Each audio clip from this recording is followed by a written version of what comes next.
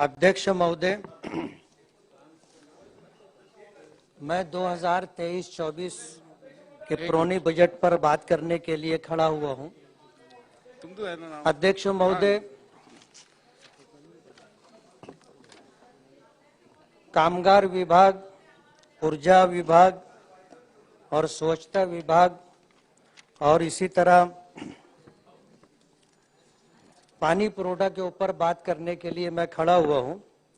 Sir, Malegaon एक ऐसा शहर है जहां पावरलूम है, उद्योग है, और इस मौके पर मैं आपको ये बताना चाहता हूं कि मालेगांव शहर में पावरलूम को लेकर के जितने मजदूर उससे रिलेटेड हैं, चाहे वो पावरलूम मजदूर तराशन चलाने वाले हों या साइजिंग में काम करने वाले हों या इसी तरह और भी इस सनत से जुड़े हुए जो लोग हैं, उनके लिए सरकार की तरफ से कोई ऐसी स्कीम नहीं है कि उनको जो है इलाज और मुआवजे की कोई सहूलत मिले, उनके बच्चों को तालीम के लिए कोई अच्छा मौका मिले, सरकार की तरफ से मदद मिले। और इसी तरह जो कामगार लोग हैं उनको सरकार की तरफ से कोई ऐसी सुविधा नहीं है, कोई ऐसी स्कीम नहीं है कि वो लोग देश में तरक्की करने वालों के साथ साथ तरक्की कर सकें। सरकार ने इस सनत के लिए कोई ऐसी पॉलिसी अब तक बनाई नहीं है।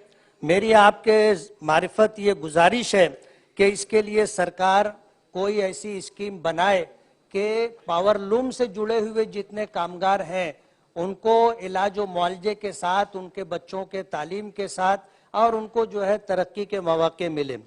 मैं आपकी मार्फत सरकार का और पुरोठा मंत्री का शुक्रगुजार हूं कि उन्होंने तलवाड़ा डैम से मालेगांव फिल्टर प्लांट तक नई पाइपलाइन के लिए बजट मंजूर किया है।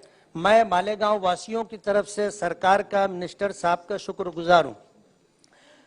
मालेगांव जिसको चनकापुर डैम से पानी मिलता है, ये 1970 की जनसंख्या को सामने रख करके कोटा तय किया गया था।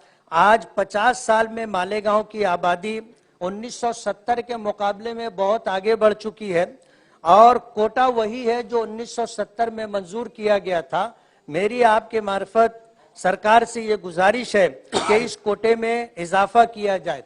मालेगांव वालों को कारपोरेशन की तरफ से नलों में जो पानी दिया जाता है वो 1 दिन या 2 दिन नागे से दिया जाता है, लेकिन नल पट्टी पूरा साल भर पानी दिया जाता है, उस हिसाब से वसूल की जाती है और हर साल 5% जो है पानी पट्टी का इजाफा होता है। महाराष्ट्र भर में बड़े बड़े शहरों के मुकाबले में मालेगांव वालों से जो पानी पट्टी वसूल की जाती है वो बहुत ज्यादा है। इस सिलसिले में सरकार को इस तरफ तवज्जो देनी चाहिए। आज इस मौके पर आपने मुझे कहने का मौका दिया।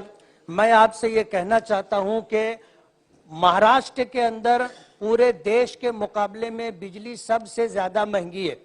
महाराष्ट्र के अंदर जो कपड़ा तैयार होता है या जो चीजें तैयार होती हैं और उनको उनमें बिजली इस्तेमाल होती है, उनकी कास्ट और उस पर खर्च ज्यादा आता है, जबकि दूसरे स्टेट के मुकाबले में वहां जो चीजें बनती हैं वो महाराष्ट्र के मुकाबले में लोगों को सस्ती पड़ती है। तो बिजली जो है दर जो महाराष्ट्र के अंदर सबसे ज्यादा है, सरकार को इस पर तवज्जो देनी चाहिए। और इसी तरह दूसरी स्टेट के अंदर वहां के रहने वालों को जो 100, 200 और 300 यूनिट बिजली फ्री दी जाती है, महाराष्ट्र के अंदर भी महाराष्ट्र वासियों को जो है 200 यूनिट बिजली यूनिट फ्री देना चाहिए। मेरी आपके मार्फत सरकार से ये गुजारिश है। आपने मुझे कहने का मौका दिया, मैं बहुत बहुत शुक्रगुजार हूं।